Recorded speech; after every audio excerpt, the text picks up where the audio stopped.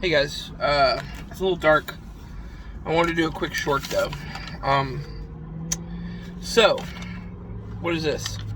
I don't know if you guys can see that or not. It's a drawing. It's a really bad drawing of the layout inside of a truck. So, on this side, if you take a look real quick, you can see, how do we do this so that you guys can see it? You can see the layout of a truck, you know, and there were 27 pallets, and the load that I've got right now, it's got 27 pallets on it. We're talking about weight distribution, and loading a truck properly. And sometimes what happens is the truck is loaded improperly. Now this was the case with this load right here. It was in Indiana a couple days ago, and this load got loaded. So if you look, if you could see this, and I don't know if you can, it's one pallet, 2, 2, 1, 2, 2, 2, 1, 2, 2, 2, 1, 2, 2, 2, 1. Okay, and that puts it at the 48-foot mark in the back of the trailer. The problem was that on the front of the trailer here, or at the front of the trailer up here, the weight for the front was about 31,520 pounds. Okay, and about, give or take 20 pounds. Anyway, the back was running about 35,000 pounds. So back here where the tandems are. The problem was that if I slid the tandems back, I did the calculations real quick when I scaled out. If I slid the tandems back, I was not going to be able to slide the tandems back far enough in Indiana to really make up for the weight deficit on the back and to kind of balance out the two halves. So I had to go back to the dock and get it reworked. So we discussed it, and me and the dock guy, and what we did basically was we rotated the whole load around. And that's what this little drawing is. So if you look, it's 1, 2, 2, 2, 1, 2, 2, 2, 1, 2, 2, 2, 1, 2, 2, 1. Which still gave me the 48-foot mark, but we put a couple of heavier pallets up front. These two pallets, let's see. I think this pallet and this pallet ended up being the two lightest pallets that were on the truck. And then I hung a little more weight off the back. And what that did was it evened it out pretty well. If I go back to, I didn't get a hard copy of the scale ticket. Oh, that's right. Did I write it down? I might have written it down.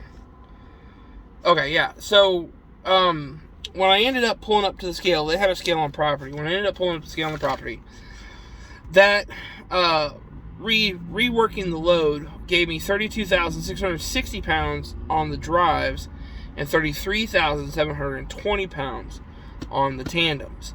So I wanted a little more weight up front versus in back, and so what I did was I moved the tandems by 1 foot, and that gave me, I think when I reweighed it was, I didn't write that down, when I reweighed it was like 33,200 on the drives, and for the back was like 32,400 or something like that. So it was as close to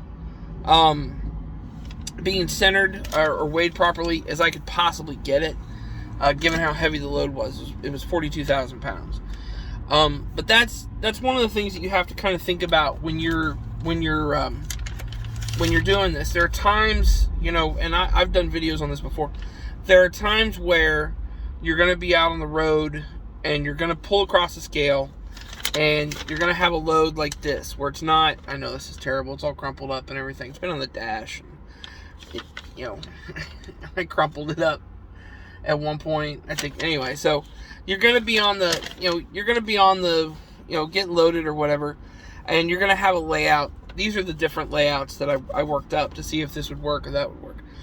But you're going to have to have the load reworked. And sometimes you got to go inside and kind of help them figure it out, you know, and just kind of redo it. And the thing is, as time progresses and you get more and more experience, you'll end up kind of understanding a little bit better how a load is distributed as far as the truck is concerned. I'm sure there are videos out there on it. I'm just winging it, in all honesty. I'm not trying to lie. I've been doing this 8 years, and I still think I'm a rookie, because I always feel like I have more to learn, and that's a good position to put yourself in. So, making sure that it's loaded properly And the weight is distributed properly by moving things around like that. It, for me, is more by the seat of my pants. I'm sure there are other people out there that probably take a calculator and like beep, boop, boop, boop, boop, boop, boop, boop, beep, boop, boop, and figure it out. But that's not me. So, but we got it. We figured it out and everything. And the second time across the scales, it was almost perfect. So, anyway, that's it. You guys know the drill. Keep the shiny side up. See you down the road. Happy trucking.